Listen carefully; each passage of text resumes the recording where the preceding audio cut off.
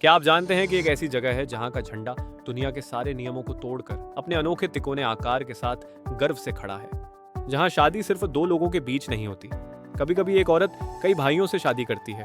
और जहां देवता हमारे बीच चलते फिरते हैं, उन छोटी बच्चियों के रूप में जिन्हें देवी मानकर पूजा जाता है। आपका स्वागत है नेपाल में, जो लुभावनी सुंदरता और हैरान कर देने वाली परंपराओं की धरती है। ये परंपराएं संस्कृति, समाज और जीवन के बारे में आपकी हर सोच को चुनौती देती हैं। हमारे साथ बने रहिए, क्योंकि हम इस हिमालयी अजूबे के रहस्यों से पर्दा उठाने जा रहे हैं। आपको यकीन नहीं होगा कि हमने क्या खोज निकाला है। क्या आपने कभी सोचा है कि दुनिया के लगभग हर देश का झंडा आयताकार रेक्टेंगुलर क्यों है? फिर भी नेपाल सबसे अलग दिखने की हिम्मत कैसे करता है? नेपाल का झंडा किसी भी दूसरे झंडे जैसा नहीं है। यह दो तिकोनों को एक के ऊपर एक रखकर अपने खास डिजाइन के साथ सबसे अलग दिखता है। झंडे की लाल पृष्ठभूमि सिर्फ एक आकर्षक रंग से कहीं पढ़कर है।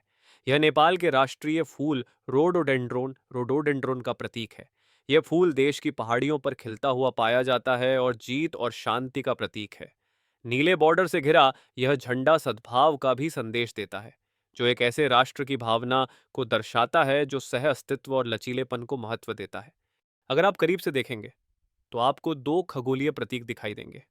ऊपरी तिकोने में चंद्रमा है, जो हिमालय के शांत ठंडे मौसम का प्रतिनिधित्व करता है। एक ऐसा क्षेत्र जो माउंट एवरेस्ट सहित दुनिया की सबसे ऊंची चोटियों को अपनी गोद में समेटे हुए है।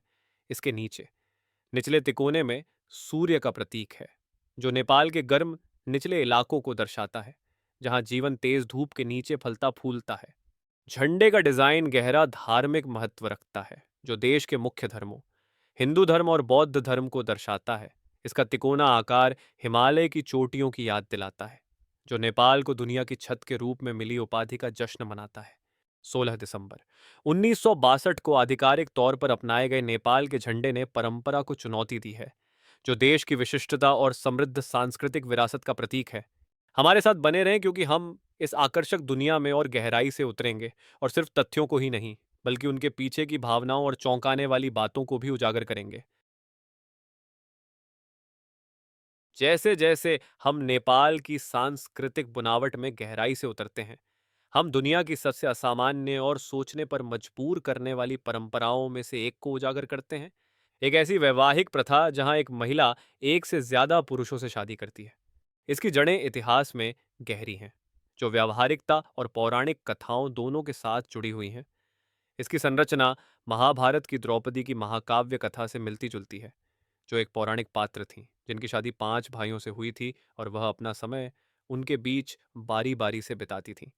हुमला, डोलपा और कोसी के एकांत गांवों में यह परंपरा सिर्फ एक कहानी नहीं है, यह जीवन का एक तरीका है। लेकिन समुदाय इस व्यवस्था को क्यों चुनेंगे? इसका जवाब जमीन में ही छिपा है। ये ऊंचाई वाले क्षेत्र कठोर हैं, जहां खेती योग्य भूमि सीमित है और संसाधन दुर्लभ हैं। कई वारिसों के बीच संपत्ति का बंटवारा परिवारों के लिए मुश्किलें खड़ी कर सकता है। इसके बजाय भाई एक ही महिला से शादी करते हैं, जिससे यह सुनिश्चित होता है कि परिवार की जमीन और संसाधन बरकरार रहें। फिर भी यह परंपरा सिर्फ अर्थव्यवस्था के बारे में नहीं है, यह एक समुदाय की पहचान को बनाए रखने के बारे में है। देश के आधुनिकीकरण के बावजूद नेपाल के कुछ हिस्सों में यह प्रथा जारी है। हालांकि 1963 में नेपाल में बहुविवाह पर प्रतिबंध लगा दिया गया था, लेकिन यह परंपरा उन क्षेत्रों में बनी हुई है जहां प्राचीन रीति रिवाज अभी भी आधुनिक कानूनों पर भारी पड़ते हैं। इन गांवों में बच्चों के अक्सर एक से ज्यादा पिता होते हैं और पारिवारिक बंधन एकता और बलिदान की साझा समझ से बनते हैं। हालांकि सदियों पुरानी यह प्रथा धीरे धीरे खत्म हो रही है। युवा पीढ़ी, जो शहरी जीवन के अवसरों और प्रभावों की ओर आकर्षित है, एक ही जीवन साथी को चुन रही है या पूरी तरह से बाहर जा रही है। इस आकर्षक परंपरा के बारे में आप क्या सोचते हैं? क्या यह शादी के उन मानदंडों को चुनौती देती है जिन्हें हम जानते हैं? हम आपके विचार सुनना चाहेंगे। इसलिए नीचे अपनी टिप्पणी साझा करें और बातचीत में शामिल हों। साल 2024 में लगभग 3 करोड़ 10 लाख लोगों की आबादी वाले देश नेपाल में महिलाएं लगभग आधी आबादी हैं, करीब 1 करोड़ 55 लाख। उनका प्रभाव उनकी संख्या से कहीं ज्यादा है, जो देश के सांस्कृतिक, सामाजिक और आर्थिक ताने बाने को आकार देता है। नेपाली महिलाएं देश की समृद्ध विरासत को संरक्षित करने में महत्वपूर्ण भूमिका निभाती हैं। पारंपरिक समारोहों के आयोजन से लेकर धार्मिक त्योहारों में भाग लेने तक वे सामुदायिक जीवन के केंद्र में हैं। एक ऐसे त्योहार की कल्पना कीजिए जहां महिलाएं जीवंत हाथ से बुनी साड़ियों में सजी धजी उन अनुष्ठानों का नेतृत्व करती हैं जो परिवारों को एकजुट करते हैं और सांस्कृतिक परंपराओं को बनाए रखते हैं। प्राकृतिक आपदाओं और आर्थिक संघर्षों जैसी चुनौतियों का सामना करने के बावजूद नेपाली महिलाएं लचीलेपन का उदाहरण हैं। वे घर चलाती हैं, बच्चों की देखभाल करती हैं और अक्सर पुरुषों के वर्चस्व वाली भूमिकाएं निभाती हैं। ग्रामीण क्षेत्रों में कई महिलाएं किसान हैं जो अपने परिवारों का समर्थन करने के लिए सुबह से शाम तक अथक परिश्रम करती हैं।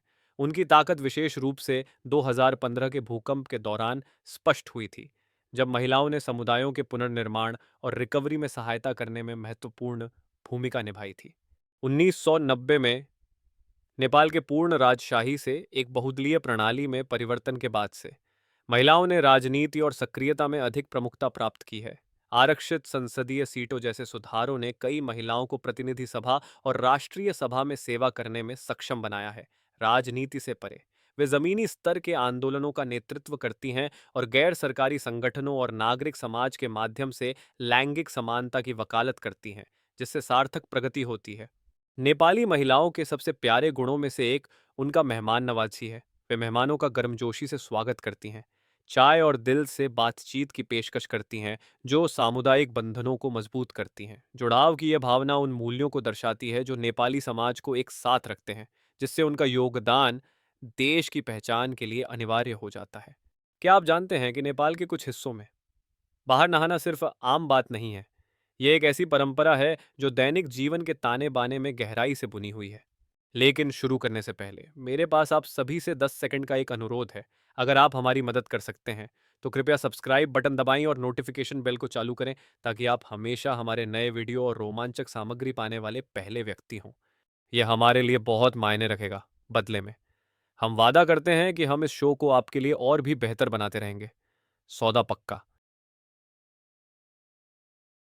आगंतुकों के लिए नदियों, झरनों या गिरते झरनों के नीचे नहाते हुए महिलाओं और पुरुषों का दृश्य असामान्य लग सकता है।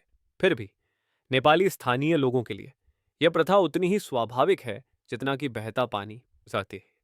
नेपाल के ग्रामीण क्षेत्रों में, जहां आधुनिक सुविधाओं तक पहुंच सीमित है, बाहर का वातावरण स्वच्छता और विश्राम के लिए एक सामुदायिक स्थान के रूप में कार्य करता है। सबसे छोटे बच्चों से लेकर बुजुर्ग ग्रामीणों तक लोग नहाने, हंसने और कहानियां साझा करने के लिए जल स्रोतों के पास इकट्ठा होते हैं। जो बात इस प्रथा को वास्तव में आकर्षक बनाती है वह है इसके आसपास का सामाजिक दृष्टिकोण। दुनिया के कई हिस्सों के विपरीत, जहां इस तरह के खुलेपन पर लोग उंगली उठा सकते हैं, नेपाली संस्कृति अक्सर जियो और जीने दो के दर्शन को दर्शाती है। इस खुले स्नान की परंपरा को बिना किसी शर्मिंदगी या शर्म के अपनाया जाता है, जो समुदाय के आपसी सम्मान और व्यक्तिगत स्वतंत्रता पर जोर को उजागर करता है। जानकार बताते हैं कि यह प्रथा नेपाली समाज के प्राकृतिक दुनिया के साथ अनूठे सामंजस्य को भी दर्शाती है। कई लोगों के लिए खुली हवा में, धूप के नीचे या हिमालय की ठंडी छांव में नहाना एक काम से कहीं ज्यादा है। यह शांति और अपने पर्यावरण से जुड़ाव का एक क्षण क्षण है। जो लोग इन समुदायों में बड़े होते हैं, उनके लिए खुले में नहाना अवज्ञा का कार्य नहीं, बल्कि जीवन का एक तरीका है। बच्चे जल्दी ही प्रकृति की लय के अनुकूल होना सीख जाते हैं, नदियों और झरनों में खेलते हैं, जबकि बड़े पास में नहाते हैं। समय के साथ यह उपयोगिता और परंपरा का एक सहज मिश्रण बन जाता है, जिसे पर्यटक अक्सर दिलचस्प पाते हैं। एक ऐसी दुनिया में जो शहरीकरण और कठोर मानदंडों से तेजी से प्रभावित हो रही है, इस तरह की परंपराएं हमें गोपनीयता और शालीनता के विचारों पर फिर से सोचने के लिए आमंत्रित करती हैं।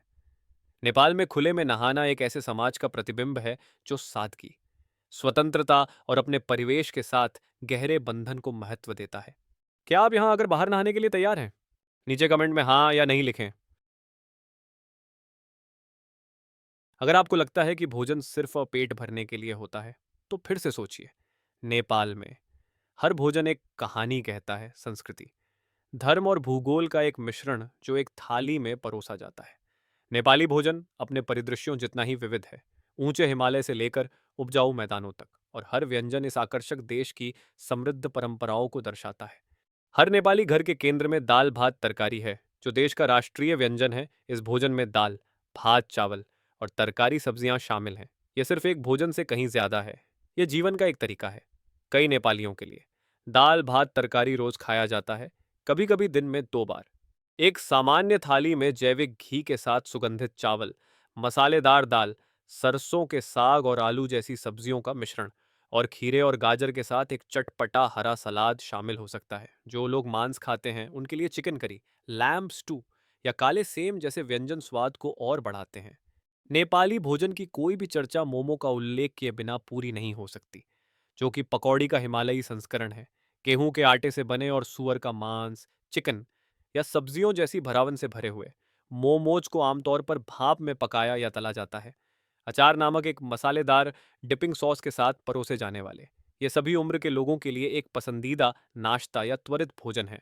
आपको मोमो के स्टॉल हर जगह मिलेंगे, हलचल भरे शहर की सड़कों से लेकर शांत पहाड़ी पगडंडियों तक, जो उन्हें किसी भी आगंतुक के लिए जरूर आजमाने वाला व्यंजन बनाते हैं। उनकी लोकप्रियता नेपाल से भी आगे फैल गई है। दुनिया भर के मेनू पर मोमो प्रेरित व्यंजन दिखाई दे रहे हैं। नेपाली भोजन देश के प्रमुख धर्म हिंदू धर्म से बहुत प्रभावित है। गायों को पवित्र माना जाता है और उन्हें कभी नहीं खाया जाता है। इसके बजाय मांसाहारियों के लिए बकरी का मांस सबसे लोकप्रिय विकल्प है। त्योहारों और विशेष अवसरों पर अक्सर धीमी गति से पकी हुई बकरी करी जैसे व्यंजन होते हैं, जिन्हें मसालेदार और पूरी तरह से पकाया जाता है। दिलचस्प बात यह है कि नेपाल की आबादी का एक महत्वपूर्ण हिस्सा शाकाहारी भोजन का पालन करता है। यह सिर्फ एक धार्मिक प्रथा नहीं है, यह नेपाल की कृषि जीवन शैली का भी प्रतिबिंब है, जहां सब्जियां और अनाज मुख्य हैं। क्या आपने कभी नेपाली भोजन की कोशिश की है? या क्या दाल भात तरकारी कुछ ऐसा लगता है जिसे आप चखना चाहेंगे? मोमोज के बारे में क्या? क्या आप उन्हें भाप में पका हुआ या तला हुआ पसंद करेंगे?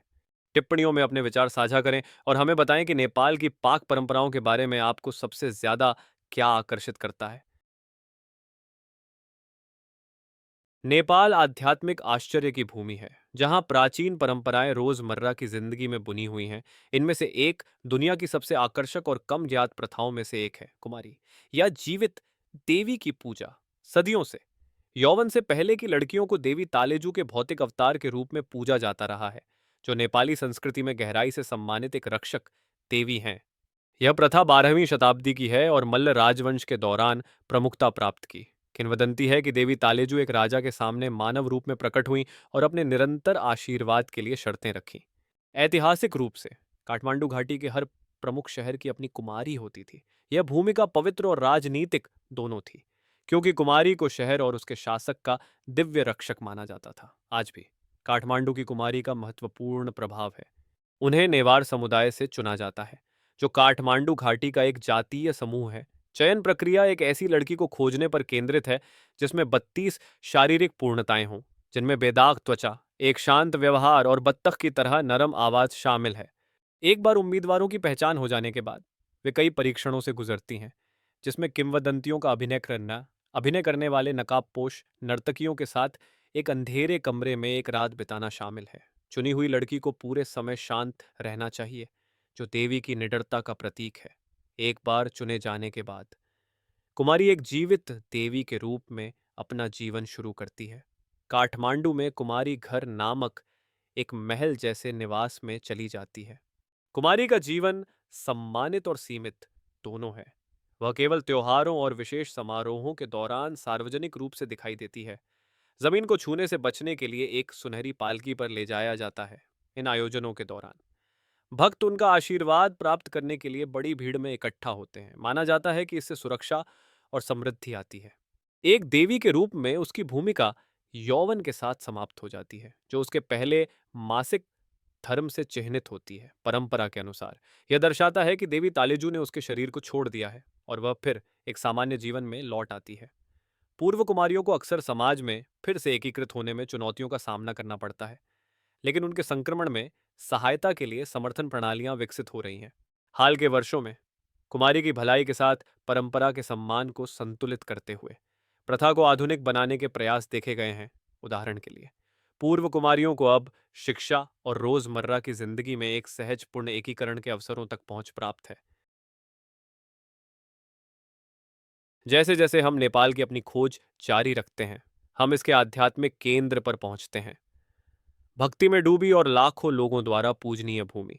जबकि नेपाल मुख्य रूप से एक हिंदू राष्ट्र है, जहां 90% से अधिक आबादी हिंदू के रूप में पहचान करती है। यह दुनिया भर के बौद्धों के लिए भी एक पवित्र स्थल है। बौद्ध परंपरा में नेपाल का एक विशेष स्थान है क्योंकि यह गौतम बुद्ध, जिन्हें बुद्ध शाक्यमुनि के नाम से भी जाना जाता है, का जन्म स्थान है। नेपाल के दक्षिण पश्चिमी मैदानों में स्थित लुम्बिनी एक शांत और पवित्र गंतव्य है जिसे यूनेस्को की विश्व धरोहर स्थल के रूप में मान्यता प्राप्त है। यहीं एक साल के पेड़ की छांव में माना जाता है कि माया देवी ने 2500 साल पहले सिद्धार्थ गौतम को जन्म दिया था। लुम्बिनी का केंद्रीय आकर्षण माया देवी मंदिर है, जो बुद्ध के जन्म के सटीक स्थान को चिह्नित करता है। पास में अशोक स्तंभ खड़ा है, जिसे सम्राट अशोक ने 3री शताब्दी ईसा पूर्व में इस पवित्र स्थल की अपनी तीर्थ यात्रा के उपलक्ष्य में बनवाया था। आज यह क्षेत्र दुनिया भर के बौद्ध समुदायों द्वारा बनाए गए कई मठों से घिरा हुआ है, जिनमें से प्रत्येक अपनी मातृभूमि की स्थापत्य शैली को दर्शाता है। यद्यपि बौद्ध धर्म नेपाल की आबादी का केवल 9% है, इसका प्रभाव पूरे देश में दिखाई देता है। काठमांडू में स्वयंभूनाथ बंदर मंदिर और बौद्धनाथ जैसे प्राचीन स्तूप प्रतिष्ठित स्थल हैं, जो भक्तों और जिज्ञासु यात्रियों को समान रूप से आकर्षित करते हैं। हिंदुओं के लिए नेपाल को पशुपतिनाथ मंदिर के घर के रूप में समान रूप से सम्मानित किया जाता है, जो भगवान शिव को समर्पित एक पवित्र स्थल है। काठमांडू में बागमती नदी के तट पर स्थित यह यूनेस्को सूचीबद्ध मंदिर हिंदुओं के लिए सबसे महत्वपूर्ण तीर्थ स्थलों में से एक है। जो बात नेपाल को असाधारण बनाती है वह यह है कि ये दोनों धर्म सहज रूप से आपस में जुड़े हुए हैं। पवित्र स्थलों पर आपको हिंदू भक्त बौद्ध भिक्षुओं के बगल में दीपक जलाते हुए मिल सकते हैं, जो मंत्रों का जाप कर रहे हैं। नेपाल की पवित्र घाटियों से लेकर इसकी ऊंची चोटियों तक यह देश पृथ्वी के सबसे बड़े अजूबों में से एक का घर है। माउंट एवरेस्ट दुनिया का सबसे ऊंचा पर्वत, स्थानीय रूप से नेपाली में सगरमाथा और तिब्बती में चोमोलुंगमा के नाम से जानी जाने वाली यह राजसी चोटी मानव महत्वाकांक्षा, प्राकृतिक भव्यता और आध्यात्मिक श्रद्धा का प्रतीक है।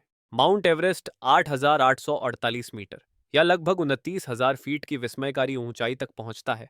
यह नेपाल और तिब्बत के बीच की सीमा पर स्थित है, जो हिमालय पर्वत श्रृंखला का हिस्सा है, जिसे अक्सर दुनिया की छत कहा जाता है। जबकि नेपाली तीर्थयात्री इसे एक पवित्र पर्वत के रूप में सम्मान देते हैं। दुनिया भर के पर्वतारोही इस विशालकाय चोटी पर चढ़ने का सपना देखते हैं। कभी सोचा है कि इस ऊंची चोटी को माउंट एवरेस्ट क्यों कहा जाता है? इसका नाम सर जॉर्ज एवरेस्ट को श्रद्धांजलि देता है, जो एक ब्रिटिश सर्वेयर जनरल थे, जिन्होंने 1841 में पहाड़ को मापने वाली टीम का नेतृत्व किया था। फिर भी स्थानीय लोगों के लिए इसके मूल नाम सगरमाथा और चोमोलुंगमा गहरे अर्थ रखते हैं। सगरमाथा का अनुवाद आकाश का माथा है, जबकि चोमोलुंगमा का अर्थ दुनिया की देवी माँ है, जो इस प्राकृतिक आश्चर्य के आध्यात्मिक महत्व को दर्शाता है। माउंट एवरेस्ट 1953 से साहसी लोगों के लिए अंतिम चुनौती रहा है, जब सर एडमंड हिलेरी और तेनजिंग नोरगे शेरपा इसकी चोटी पर पहुंचने वाले पहले पर्वतारोही बने। आज यह सालाना सैकड़ों पर्वतारोहियों को आकर्षित करता है, जिनमें से प्रत्येक इसकी चोटी पर विजय प्राप्त करने के लिए चरम स्थितियों, उच्च ऊंचाई और अप्रत्याशित मौसम का सामना करता है। एक ऐसी दुनिया में जहां घूमना फिरना अक्सर महंगा पड़ता है, नेपाल एक प्रामाणिक और किफ़ायती विकल्प प्रदान करता है। नेपाल का आकर्षण महंगे आधुनिक आकर्षणों के बजाय बाहरी अन्वेषण पर केंद्रित है।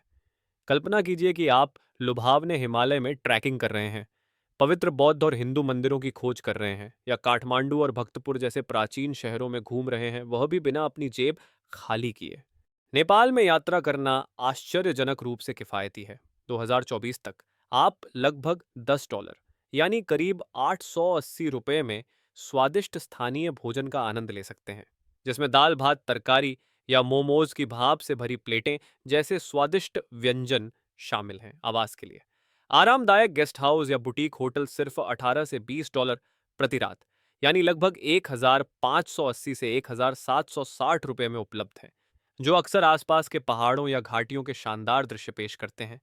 परिवहन भी उतना ही किफ़ायती है। स्थानीय बसें या साझा जीपें, जो आमतौर पर शहरों के बीच या ट्रैकिंग ट्रेल्स तक यात्रा के लिए उपयोग की जाती हैं, की लागत केवल कुछ डॉलर होती है। यहाँ तक कि गाइडेड ट्रैकिंग पैकेज, जिसमें भोजन, आवास और एक गाइड शामिल है, दुनिया के अन्य हिस्सों में इसी तरह की गतिविधियों की तुलना में उचित मूल्य पर है।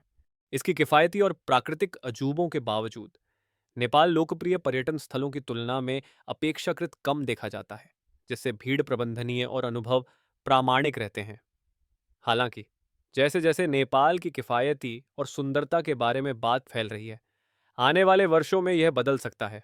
अब शायद यात्रा करने का सही समय है, इससे पहले कि यह राज खुल जाए।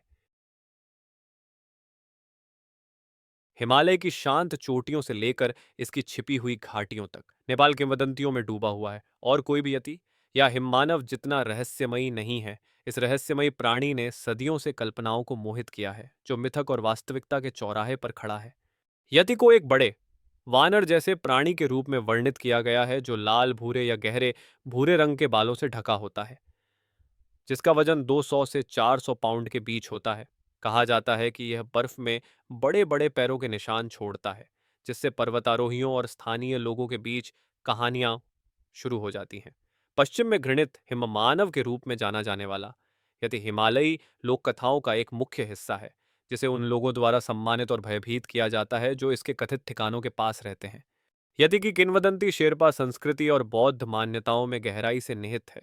अनगिनत कहानियों के बावजूद यति मायावी बना हुआ है। वर्षों से खोजकर्ताओं, वैज्ञानिकों और साहसी लोगों ने इसके अस्तित्व को उजागर करने के लिए अभियान चलाए हैं। सबसे शुरुआती पश्चिमी खातों में से एक एरिक शिप्टन का था, जो एक ब्रिटिश पर्वतारोही थे, जिन्होंने 1951 में यति के पैरों के निशान माने जाने वाले निशान की तस्वीर खींची थी। लगभग 13 इंच के इन निशानों ने वैश्विक वैश्विक आकर्षण को प्रज्वलित किया।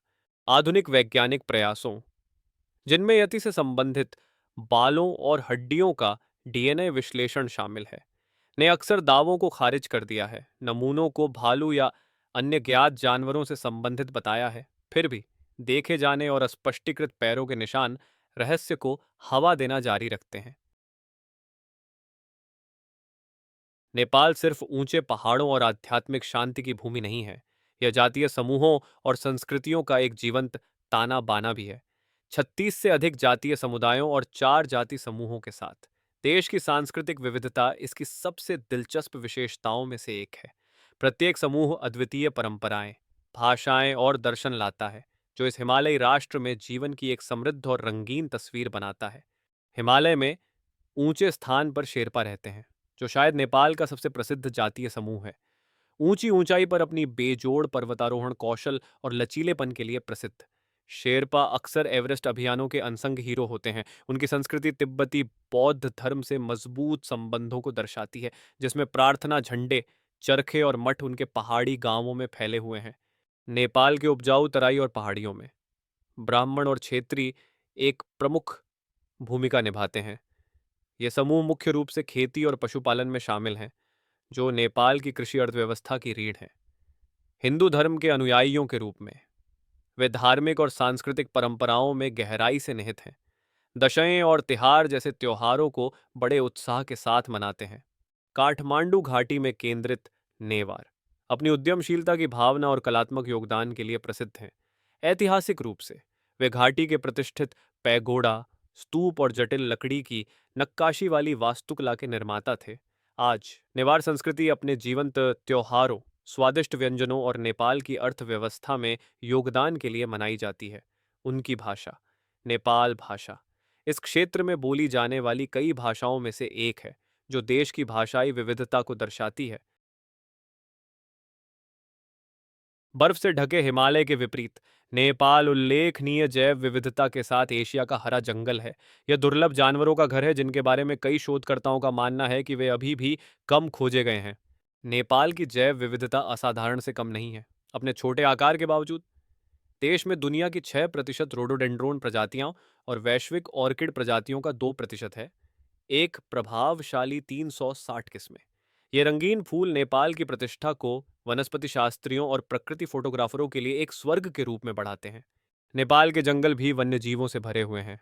देश में 30 से अधिक प्रजातियों के बड़े स्तनधारी हैं, जिनमें रॉयल बंगाल टाइगर, एशियाई हाथी और एक सींग वाले गैंडे शामिल हैं।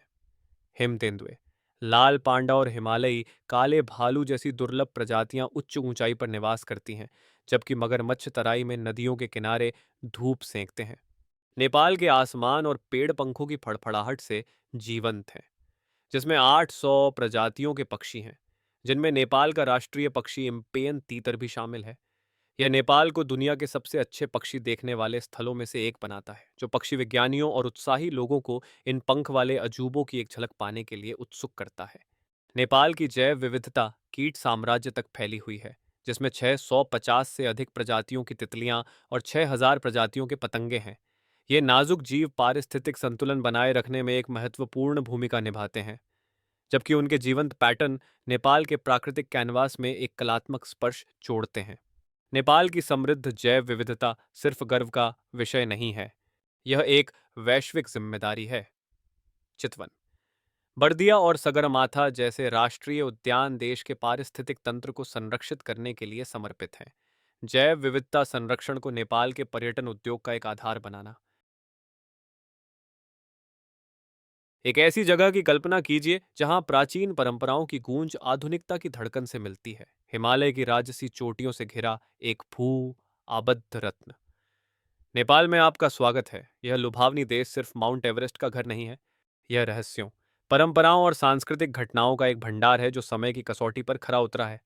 दक्षिण एशिया के केंद्र में स्थित नेपाल इतिहास और संस्कृति में डूबा हुआ एक राष्ट्र है। 1990 तक यह एक पूर्ण राजशाही के रूप में संचालित होता था, जिसके राजाओं का राजनीतिक और औपचारिक दोनों महत्व था। हालांकि बदलाव की इच्छा ने व्यापक जन आंदोलनों को जन्म दिया, जिसने देश को नया आकार दिया। राजा बीरेंद्र के शासनकाल में नेपाल एक संवैधानिक राजशाही में परिवर्तित हो गया। लेकिन नेपाल के परिवर्तन की कहानी यहीं खत्म नहीं हुई। 2006 में इसने दुनिया का सबसे युवा गणराज्य बनकर एक ऐतिहासिक मील का पत्थर चिह्नित किया। राजशाही ने एक लोकतांत्रिक सरकार को रास्ता दिया, जिसमें एक राष्ट्रपति ने राज्य के प्रमुख की भूमिका निभाई। लेकिन यह सिर्फ नेपाल की गहरी सांस्कृतिक जड़ों, इसकी परंपराओं और सामाजिक मानदंडों, विशेष रूप से दूरस्थ और हिहिक खाने और सुंदर हिमालयी गांवों में की सतह को छूना है। अगर आपको आज का वीडियो पसंद आया तो कृपया लाइक बटन दबाएं और चैनल को सब्सक्राइब करना न भूलें। आपका समर्थन हमारे लिए बहुत मायने रखता है। अभी आपकी स्क्रीन पर दिखाई देने वाले वीडियो पर क्लिक करें। मुझे यकीन है कि आपको यह सामग्री पसंद आएगी। नीचे टिप्पणी करें कि आप हमारे चैनल पर अगला कौन सा देश देखना चाहते हैं। देखने के लिए बहुत बहुत धन्यवाद और अगले वीडियो में मिलते हैं। देखने के लिए शुक्रिया। अगर आपको यह वीडियो उपयोगी लगे तो कृपया इसे लाइक करें, सब्सक्राइब करें और घंटी बजाएं ताकि आप कोई भी नया वीडियो मिस न करें। मिलते हैं अगले वीडियो में।